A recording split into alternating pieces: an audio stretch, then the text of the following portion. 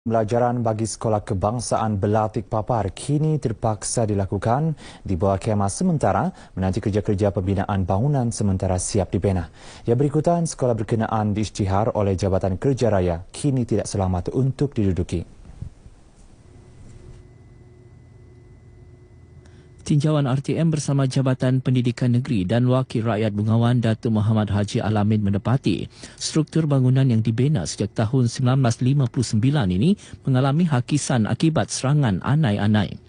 Menurut Datuk Muhammad, sebanyak RM270,000 diperuntukkan bagi pembinaan bangunan sekolah tersebut. Sementara itu, Timbalan Pengarah Jabatan Pendidikan Sabah Haja Maimunah Suhaibul memaklumkan waran peruntukan berjumlah RM25,000 disediakan bagi kemah sementara yang dilengkapi dinding dan pembelajaran yang sesuai bagi memberi keselesaan kepada 109 murid sekolah berkenaan. Rombongan turut melawat SK Daingin Papar yang sering terjejas banjir setiap kali hujan lebat. Datuk Muhammad menjelaskan satu tapak sesuai telah dikenal pasti untuk lokasi baharu sekolah berkenaan. Kewujudan POIC Emergency Mutual Aid PEMA di Lahad Datu dan kerjasama kukuh pasukan keselamatan mampu menangani risiko bencana industri seperti kebakaran dan tumpahan minyak dengan lebih sistematik.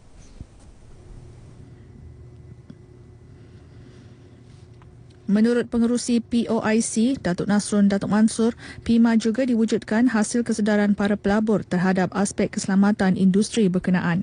Kilang-kilang yang ada di POIC ini dia sebahagian besarnya ada mempunyai kimia-kimia yang berbahaya ya. Jadi ini yang perlu kita jaga.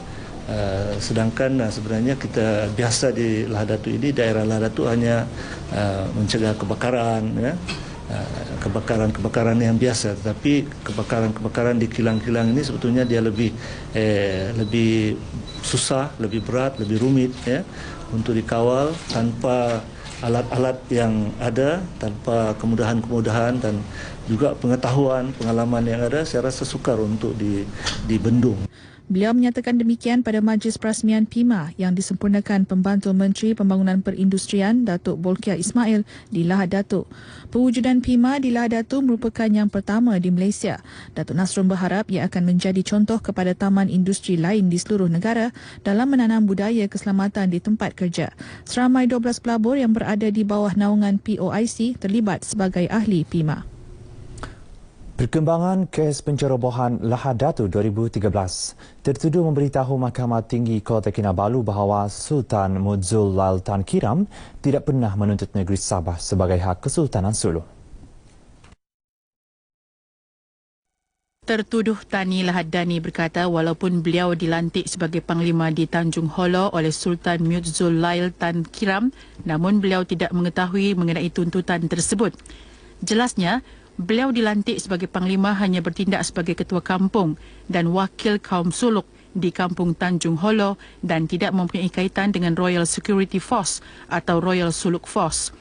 Beliau menyatakan demikian ketika disoal pendakwa raya Datuk Jamil Arifin. Dalam perbicaraan ini, Datuk Jamil turut menunjukkan dokumen pintasan komunikasi yang didakwa direkodkan lelaki Sabah dikenali sebagai Tani Lahad Dani.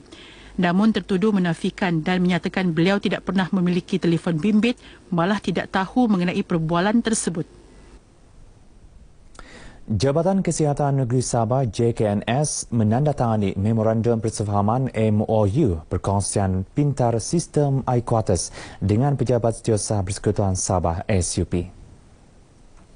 Kita ada yang kita rasa kecil bila mana... Pengarah Kesihatan Negeri Sabah Dr. Kristina Rundi berkata, menerusi sistem ini akan memudahkan pelanggan mencari maklumat terkini dan merekod aduan dengan lebih sistematik. Setakat ini terdapat 2,566 unit kuartus JKNS dan lebih 26,000 orang kaki tangan JKNS di seluruh Sabah. So dia boleh digunakan untuk dapat statistik semasa tentang siapa tinggal, berapa yang ada, bagus ke tidak, bila kena selenggara, dan juga perancangan untuk masa depan, berapa orang lagi perlu, apa kategori, apa jenis rumah. Jadi itu yang bagusnya ada satu sistem database iQuarters yang dibangunkan. Sebab itu apabila pegawai-pegawai saya datang, mereka tertariklah. Karena apa yang kita buat sekarang di jabatan adalah secara manual, saya katakan tadi. Dan apabila diminta oleh kementerian, selalunya data itu kita tidak dapat maklumat lebih lanjut. Kalau kita mau lebih lanjut, kita terpaksa tanya daerah, which is not a good way of planning lah. Beliau menyatakan demikian dalam sidang media di Kota Kinabalu. Dalam perkembangan sama, Setiausaha Persekutuan Sabah Datuk Borhan Dola yakin melalui sistem iQuarters, keperluan kuarters yang tinggi dapat dikenal pasti. Mungkin kuarters diperlukan sampai 10,000. Berdasar ini boleh kita buktikan bila mana ada sistem ini akan tag setiap permohonan dari merata tempat, daerah dan sebagainya, kita tahu bahawa permohonan itu di mana, untuk apa dan sebagainya, dan kelas mana pun. Kita ada kelas-kelas kita kan. Dan kalau misal kata besok untuk tujuan perancangan membina kuarters akan datang, kita tahu kuarters mana yang perlu kita bina lebih banyak. Aplikasi iQuarters Hak Cipta Pejabat SUP yang dibangunkan pada Oktober 2014 mula digunapakai pada Mac tahun lepas. Usaha pemerkasaan gender di Malaysia yang dilaksanakan menerusi penubuhan Kementerian Pembangunan Wanita, Keluarga dan Masyarakat berada di landasan yang betul. Menurut Timbalan Menteri Pembangunan Wanita, Keluarga dan Masyarakat, Datuk Haja Azizah Haji Muhammad Dun, ketika ini kuasa wanita sebagai pembuat keputusan dalam sektor awam meningkat 37.1% pada tahun lalu berbanding 33% pada 2014. Kita telah melihat berlaku perubahan-perubahan yang begitu positif sekali. Daripada dasar-dasar yang telah dibuat oleh kerajaan untuk memastikan ada gender equality di dalam negara kita Malaysia. Daripada segi pegawai-pegawai dengan tangan kerajaan dalam bidang pendidikan, kita lihat dalam bidang pendidikan tidak ada masalah lagi bagi wanita, anak-anak perempuan, anak lelaki sama-sama semuanya mendapat pelajaran. Beliau ditemui pemberita selepas menyampaikan ucap tama dalam persidangan antarabangsa kedua mengenai wanita ASEAN bertemakan pemerkasaan gender dan dasar awam di Kota Kinabalu. Sementara itu, dalam ucap tamanya, Datuk Azizah menekankan beberapa langkah yang perlu diambil untuk merealisasikan pemerkasaan wanita di negara ini. Antaranya menghapuskan faktor sosial budaya yang menjadi cabaran utama dalam meningkatkan kesedaran masyarakat terhadap kepentingan pemerkasaan gender serta sokongan kerajaan dalam memastikan semua kementerian melaksanakan pemerkasaan gender. Persidangan selama 3 hari ini dihadiri 88 peserta dari negara-negara ASEAN termasuk Thailand, Indonesia, Brunei, Filipina, Nigeria dan Malaysia. Sebanyak 60 kertas kerja akan dibentangkan dan dikongsikan sepanjang persidangan ini. Dalam majlis sama, Pensyarakanan Universiti Utara Malaysia UUM Dr. Nur Syakiran Akmal Ismail berkata, Malaysia perlu berbangga kerana proses pemerkasaan gender di negara ini sudah pun bermula selepas merdeka.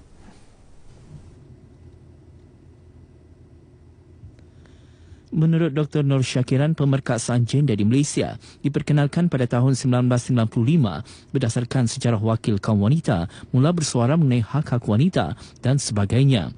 Tanpa beliau, apa yang perlu dimantapkan Malaysia sekarang adalah dari segi alat untuk memperkukuh lagi proses pemerkasaan gender. Cuma sekarang ni apa yang mungkin Malaysia perlu lihat adalah dari segi tools yang lebih mantap untuk memastikan bahawa kita punya proses ini lagi kuat dalam memperkasakan wanita. Dan dalam reflection mengenai soalan tadi, ya, kenapa wanita kalau dari segi pendidikan kita tinggi tapi bila masuk sektor pekerjaan kita terhenti sebentar. Sebenarnya mungkin apa yang kurang adalah support system untuk wanita itu sendiri. Beliau bagaimanapun yakin kerajaan sudah merangka untuk memastikan golongan wanita terus dapat bekerja kerana kemahiran yang diperlukan. Seramai 60 peserta dari Tuaran, Temparoli dan Kelu mengikuti program Kem Transformasi Minda Belia yang bermula 11 April lalu dan berakhir kemarin. Program bermatlamat meningkatkan kesedaran golongan belia terhadap kerjaya keusahawanan. Para peserta ditemui masing-masing berharap program ini dapat membantu mereka mencari hala tuju dalam bidang keusahawanan, seterusnya mencipta kejayaan yang membanggakan. Program sebegini banyak kita memberi maklumat, ilmu-ilmu penting kepada peserta-peserta yang hadir di daerah Tuaran ini, terutamanya kepada belia-belia yang pencari kerja, yang masih mencari peluang pekerjaan di Sabah ini, kita membantu mereka supaya lebih bersemangat untuk mencari dunia perniagaan mereka. Saya dapat banyak pengalaman dan dari segi peningkatan dan macam mana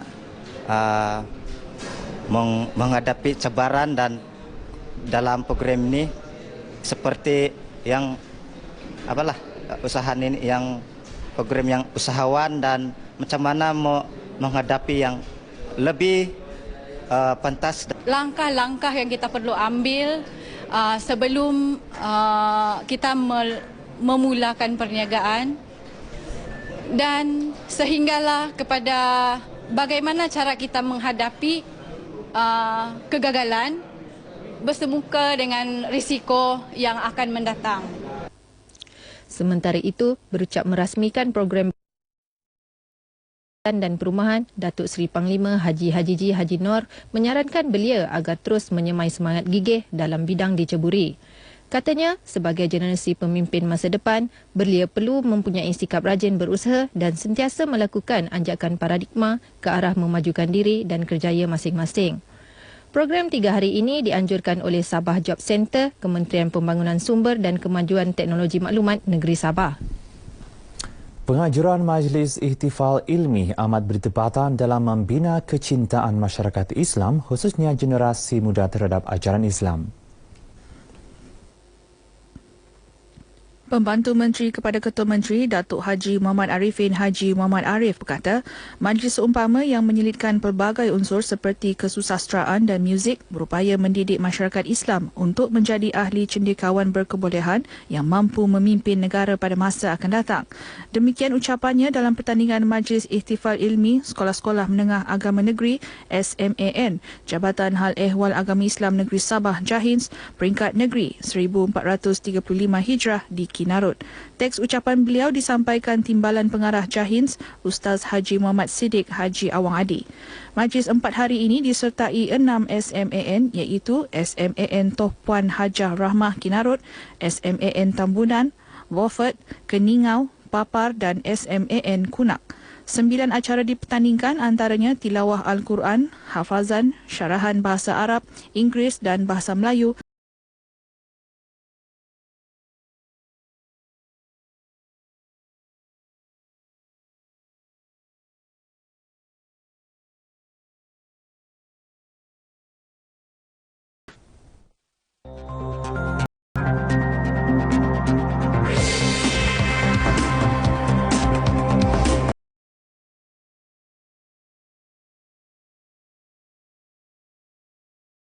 Perkembangan negara di Sempurna. Seterusnya pada pukul 9.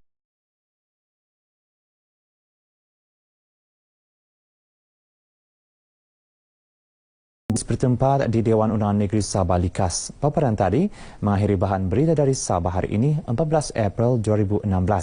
Kembali kepada Delela di Angkasa Puri. Silakan.